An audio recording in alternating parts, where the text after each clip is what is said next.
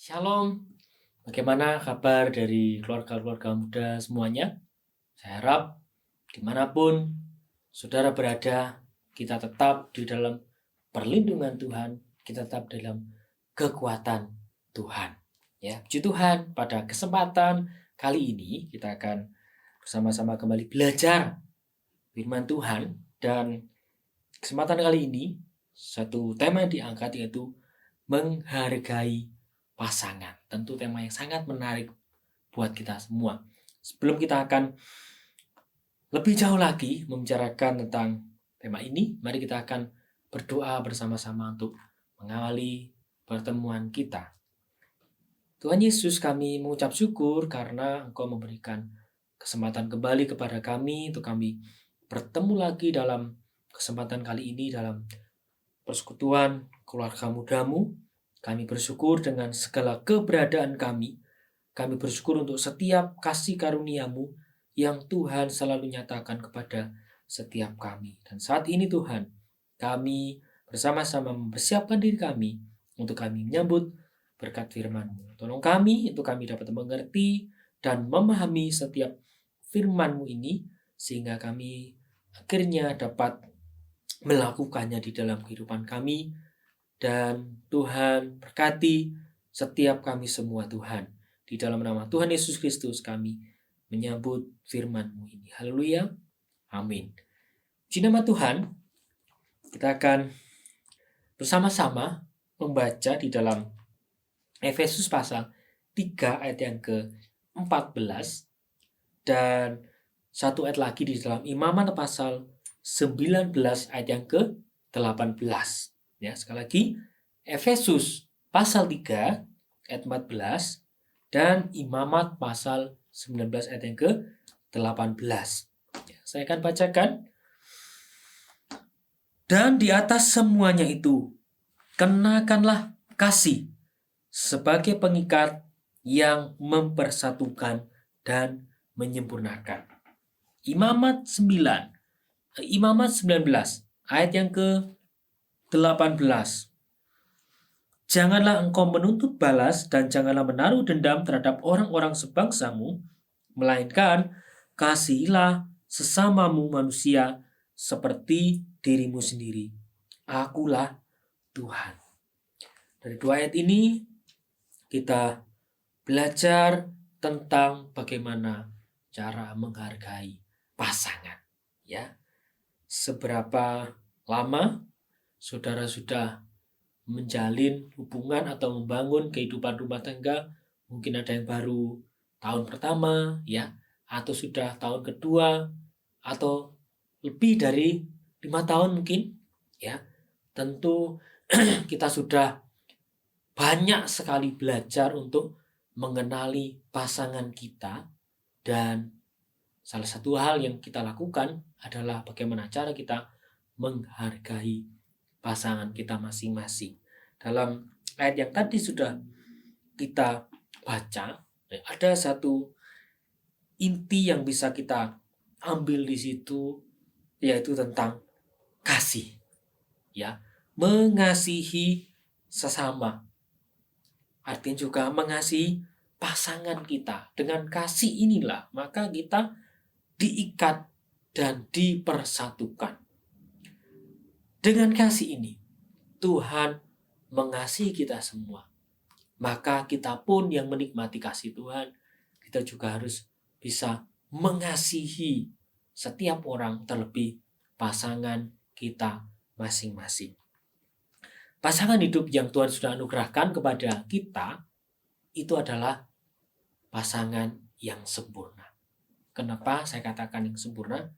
Karena Tuhan memberikan sesuatu yang lengkap. Satu pasangan ini saling melengkapi. Ya, jika satu orang dia memiliki kekurangan, maka pasangannya akan melengkapi apa yang menjadi kekurangan orang tersebut, dan begitu sebaliknya.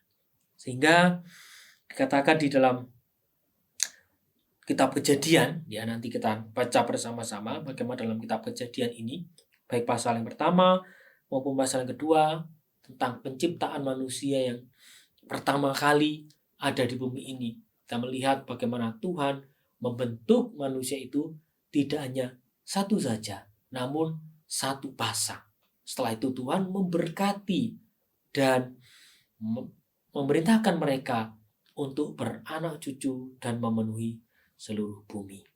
Ada satu istilah dalam bahasa Jawa yang tentunya kita kenal bersama-sama, yaitu garwo. Apa sih artinya garwo? Garwo itu sigaraning nyawa. Ya, artinya adalah belahan nyawa atau belahan jiwa. Kita yang sudah dipasangkan, maka kita ini menjadi belahan jiwa bagi pasangan kita.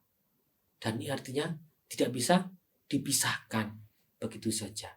Kalau kita ingat ketika kita dulu pertama kali mengucapkan janji nikah, ada kalimat tidak akan bisa dipisahkan selain maut yang memisahkan kita. Nah, kita sebagai belahan jiwa dari pasangan kita masing-masing, Tuhan sudah memikirkan itu semua. Pria dan wanita berpasangan. Ya, ada istilah yang sebenarnya cukup menggelitik ya, lelucon dalam bahasa Inggris yang terjemahnya seperti ini, bahwa Adam tidak dipasangkan dengan Evan. Ya, nah artinya kan Adam tidak dipasangkan dengan sesama laki-laki, tapi Adam dipasangkan dengan Eve atau Hawa. Artinya pria dan wanita. Maka ini pasangan yang cocok. Mari kita lihat di dalam Kejadian pasal yang pertama ayat yang ke-27. Kejadian pasal yang pertama ayat yang ke-27. Maka Allah menciptakan manusia itu menurut gambarnya. Menurut gambar Allah diciptakannya dia, laki-laki dan perempuan diciptakannya mereka. Jelas sekali. Laki-laki dan perempuan. Ini adalah pasangan yang paling sempurna. Dan ayat lagi di dalam Kejadian pasal 2 ayat yang ke-18. Kemudian ayat yang ke-20 dan sampai ayat yang ke-24. Kejadian 2 ayat 18, ayat 20 dan ayat yang ke-24. Tuhan Allah berfirman, tidak baik kalau manusia itu seorang diri saja. Aku akan menjadikan penolong baginya yang sepadan dengan dia. Lalu Tuhan Allah membuat manusia itu tidur nyenyak. Ketika ia tidur, Tuhan Allah mengambil salah satu rusuk daripadanya, lalu menutup tempat itu dengan daging. Dan dari rusuk yang diambil Tuhan Allah dari manusia itu, dibangunnyalah seorang perempuan, lalu dibawanya kepada manusia itu. Lalu berkatalah manusia itu, inilah dia, tulang dari tulangku dan daging dari dagingku. Ia akan dinamai perempuan, sebab ia diambil dari laki-laki. Sebab itu seorang laki-laki akan meninggalkan ayahnya dan ibunya dan bersatu dengan istrinya, sehingga keduanya menjadi satu daging. Ya, kalimat yang terakhir dari Kejadian pasal yang kedua ayat yang ke-24. Seorang laki-laki akan meninggalkan ayahnya dan ibunya dan bersatu dengan istrinya, sehingga keduanya menjadi satu daging. Artinya, ya, laki-laki dan perempuan, pria dan wanita, itu adalah pasangan yang sempurna. Nah, sekarang masalahnya, ketika kita sudah mendapatkan pasangan dalam hidup kita, ya, apakah kita sudah memberikan penghargaan yang khusus kepada pasangan kita? Mungkin dalam waktu-waktu perkenalan, waktu pacaran, serasa dunia milik berdua, yang lain ngontrak gitu ya. Tapi ketika mulai masuk dalam kehidupan rumah tangga. Tahun pertama masih oke lah ya, jadi aman ya. Mungkin tahun pertama bisa kita katakan bulan madu ya. Masuk tahun kedua, tahun ketiga mulai berbeda. Bagaimana cara kita memperhatikan dan menghargai pasangan? Mungkin mulai ada perbedaan-perbedaan di sini, mungkin perbedaan kualitas. Bisa saja kita mulai menurunkan kualitas bagaimana cara kita menghargai pasangan.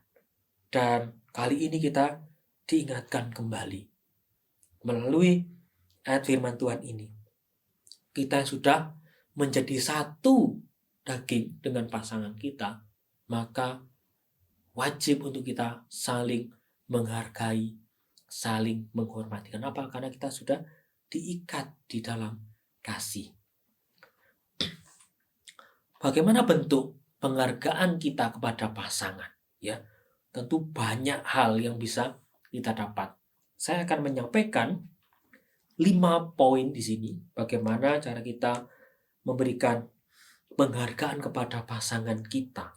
Yang pertama, yaitu terimalah keberadaan diri pasangan kita. Maksudnya, jangan pernah berpikir untuk mengubah pasangan kita menjadi seperti yang kita inginkan. Ya, kalau dia tentunya dengan latar belakang keluarganya, dengan sifat dan karakter yang tentunya berbeda dengan kita, jangan pernah kita berpikir untuk mengubah pasangan kita seperti yang kita inginkan atau menjadi sesuai dengan kehendak kita. Jangan pernah berpikir seperti itu. Kenapa? Karena laki-laki dan perempuan ini beda. Tetapi oleh Tuhan disatukan. Dengan perbedaan ini, ya, kita tidak bisa memaksakan pasangan kita untuk berubah menjadi seperti yang kita inginkan. Kenapa? Karena di pandangan pasangan kita pun juga tidak bisa berubah seperti yang dia inginkan. Yang ada apa? Saling melengkapi. Ya. Selanjutnya, milikilah cara pandang seperti bagaimana pasangan kita memandang. Jadi, jangan menjadi orang yang egosentris. Maksudnya, semuanya untuk diri sendiri. Semuanya kepada diri sendiri. Nah, itu sesuatu yang tidak baik. Kenapa? Karena kita harus saling melengkapi, harus saling melayani. Ada hubungan timbal balik yang kita lakukan untuk pasangan kita, yang pasangan kita lakukan juga untuk kita. Jadi, mari kita belajar untuk tidak menjadi orang yang egosentris. Ya, semua berpusat kepada kita, semua berpusat untuk kita. Tidak. Tetapi kita di sini ada saling melengkapi pasangan kita. Disitulah kita menghargai ya keberadaan pasangan kita dengan skala perbedaan yang ada, namun kita saling melengkapi. Ada ayat yang luar biasa yang bisa kita pelajari dari poin ini, yaitu 1 Petrus pasal 3 ayat 8 dan ayat yang ke-9. 1 Petrus pasal yang ketiga ayat yang ke-8 dan ayat yang ke-9. Dan akhirnya adalah kamu semua seia sekata, seperasaan, mengasihi saudara-saudara, penyayang, dan rendah hati. Dan janganlah membalas kejahatan dengan kejahatan atau caci maki dengan caci maki, tetapi sebaliknya adalah kamu memberkati, karena untuk itulah kamu dipanggil, yaitu untuk memperoleh berkat. Ya, ada perintah di sini katakan hendaklah kamu seia sekata, seperasaan, saling mengasihi, penyayang, rendah hati. Ini harus kita lakukan untuk bisa menyenangkan pasangan kita. Ya, dengan cara seperti ini, maka mari kita belajar bersama-sama. Ya, bagaimana sih kita menempatkan diri untuk bisa menghargai pasangan kita? Ya, seperasaan, ya. Kemudian saling mengasihi, penyayang, dan rendah hati. Kemudian ada ayat lagi dalam Efesus pasal 5 ayat yang ke-25. Hai suami, kasihilah istrimu sebagaimana Kristus telah mengasihi jemaat dan telah menyerahkan dirinya baginya. Ya, ada kata kasih di sini. Memang ini ditujukan kepada suami, tetapi secara luas kasih ini juga harus dimiliki oleh istri. Ya, setiap orang yang berpasangan dia harus punya modal namanya kasih. Dengan kasih ini kita saling mengasihi, maka tentunya kita bisa menerima keberadaan diri masing-masing. Yang kedua,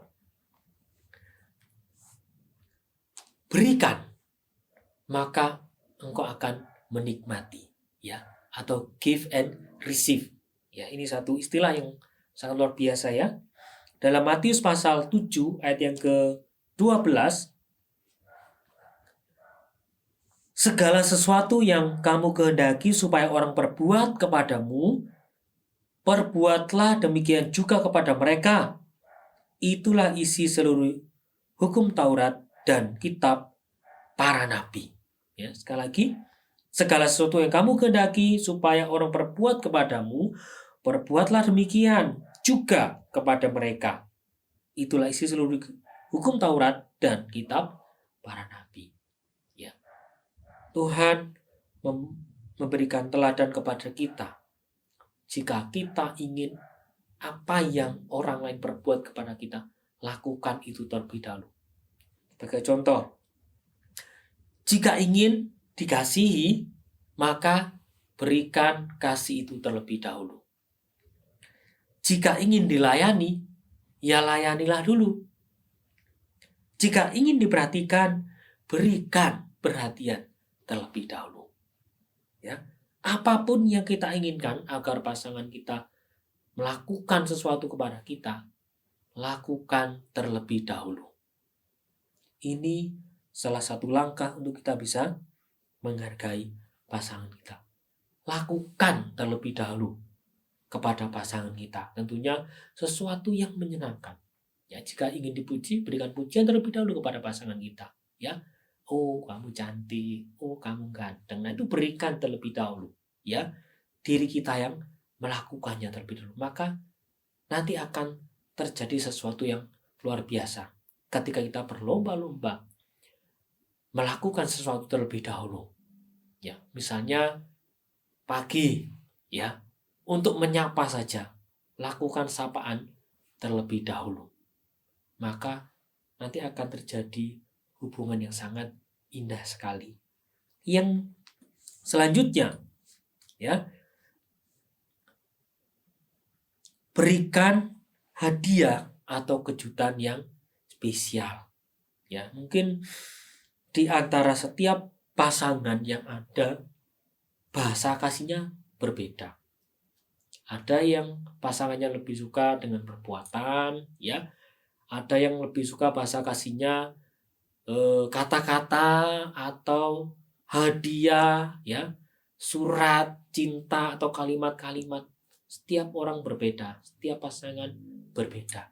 Namun lakukan itu, ya, sesering mungkin untuk kita paling tidak memberikan pujian, memberikan perhatian.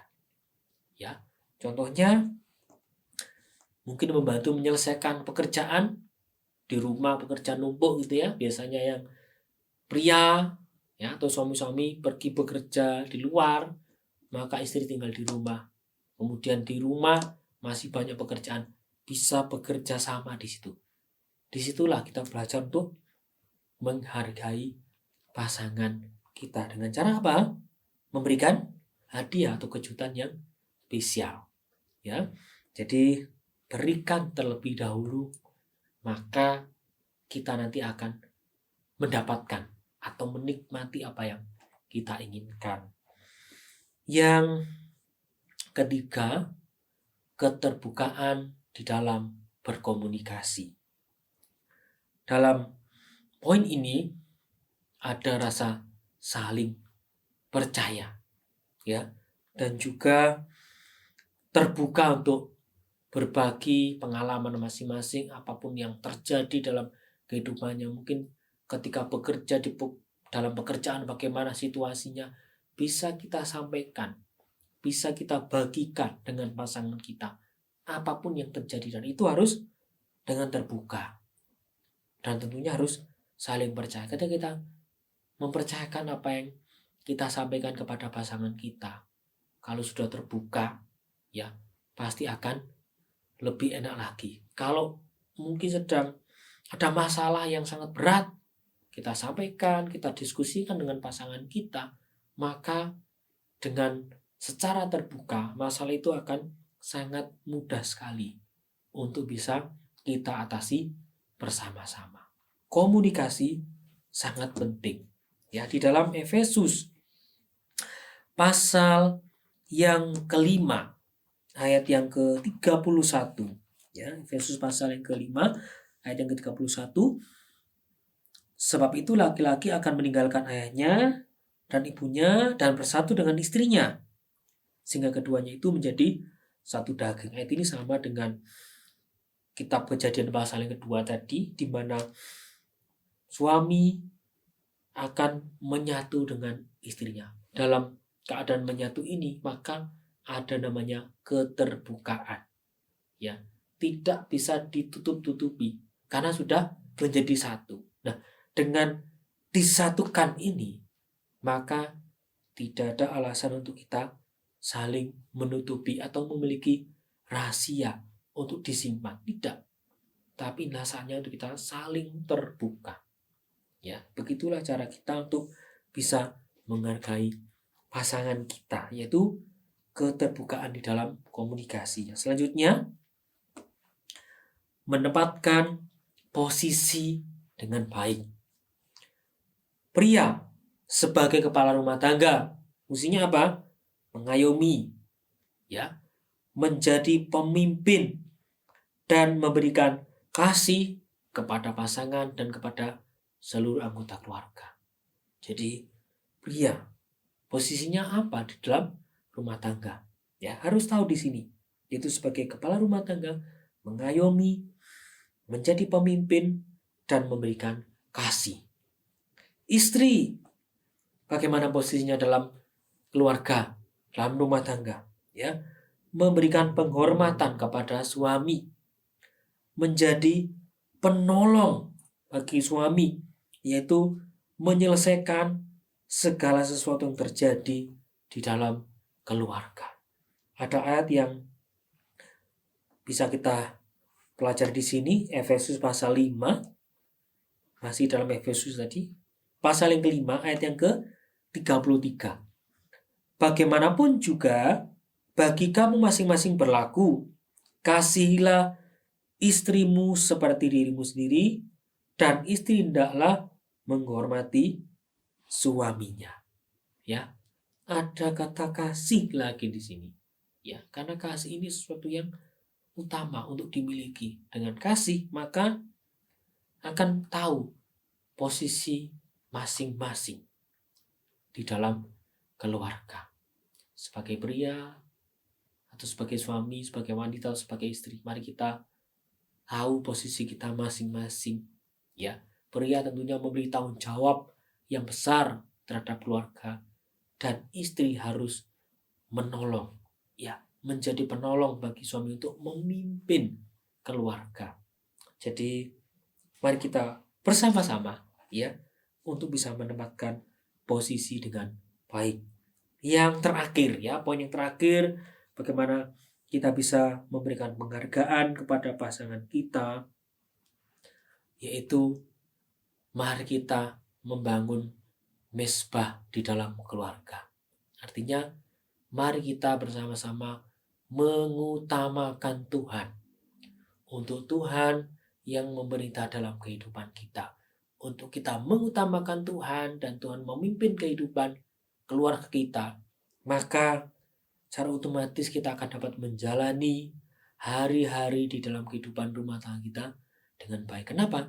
Karena Tuhan yang memimpin. Jadi mari kita mengajak, ya. Kalau pasangan kita mungkin sudah mulai ogah-ogahan, ya, datang dalam persekutuan, mari kita ingatkan, kita dorong anggota keluarga kita ada yang mulai loyo, ya, tidak semangat lagi.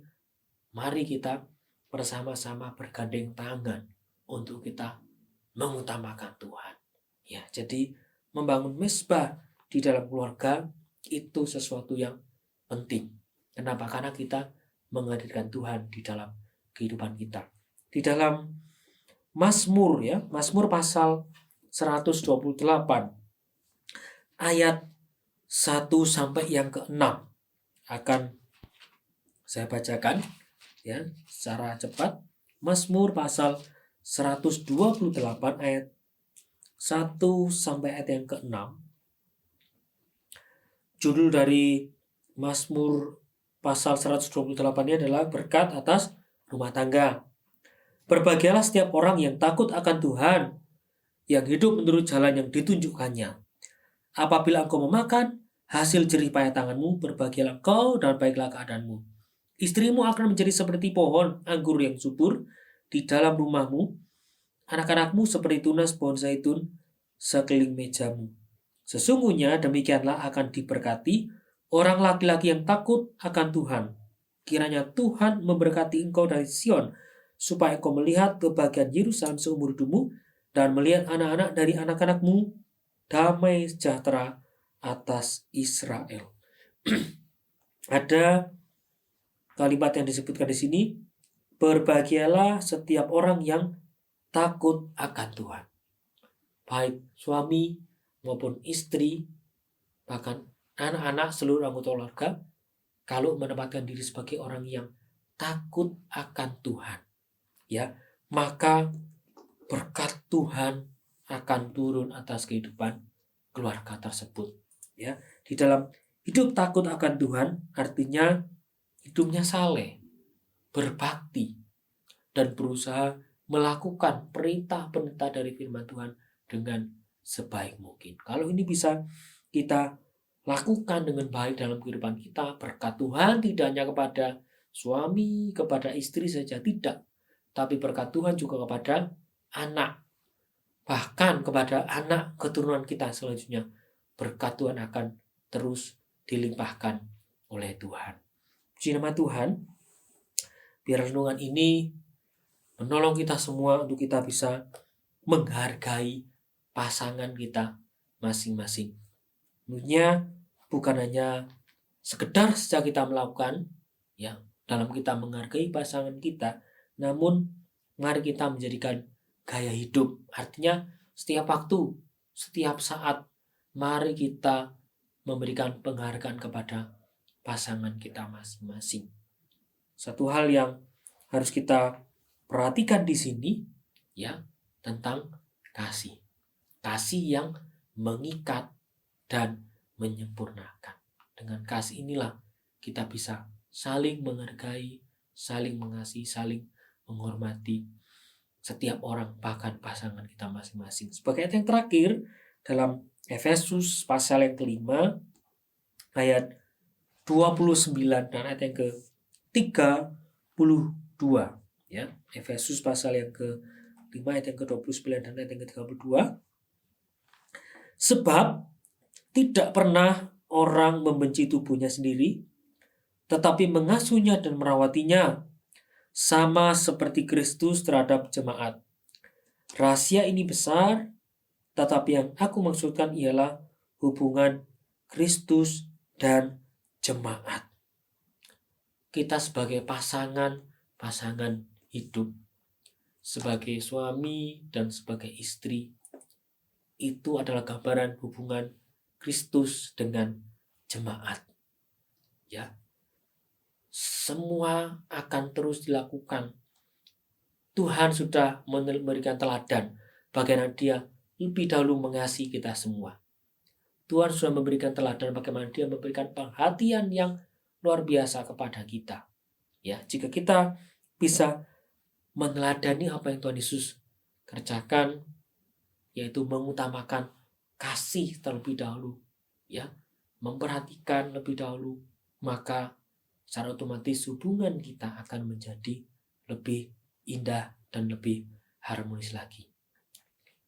Kiranya Tuhan memberkati kita semua, jadilah pasangan-pasangan yang saling menghargai. Puji Tuhan, kita akan berdoa bersama-sama untuk mengakhiri pertemuan kita saat hari ini. Tuhan Yesus, terima kasih, kami sangat bersyukur kepadamu karena Engkau menolong kami semua sebagai pasangan-pasangan keluarga muda yang ada di tempat ini, untuk kami bisa menghargai antara satu dengan yang lainnya. Dan satu hal yang kami pelajari, yaitu bagaimana kasih ini menjadi sesuatu yang utama yang harus kami miliki, di mana kami menerima kasih-Mu, dan kasih-Mu inilah yang kami praktekkan dengan cara kami saling menghargai antara satu dengan yang lainnya. Tuhan, tolong setiap kami, untuk kami bisa melakukan firman-Mu ini dengan baik, karena kami sadar kami masih banyak kekurangan, kelemahan, dan segala macam keterbatasan. Namun kami yakin dan percaya ketika Tuhan yang memimpin kami, Tuhan yang memimpin keluarga kami, maka kami bisa mengerjakan apa yang Tuhan kehendaki dalam keluarga kami, dan kemudian kami juga menjadi berkat bagi keluarga-keluarga yang lain. Kami bersyukur buat firman-Mu di dalam nama Tuhan Yesus Kristus. Haleluya. Amin.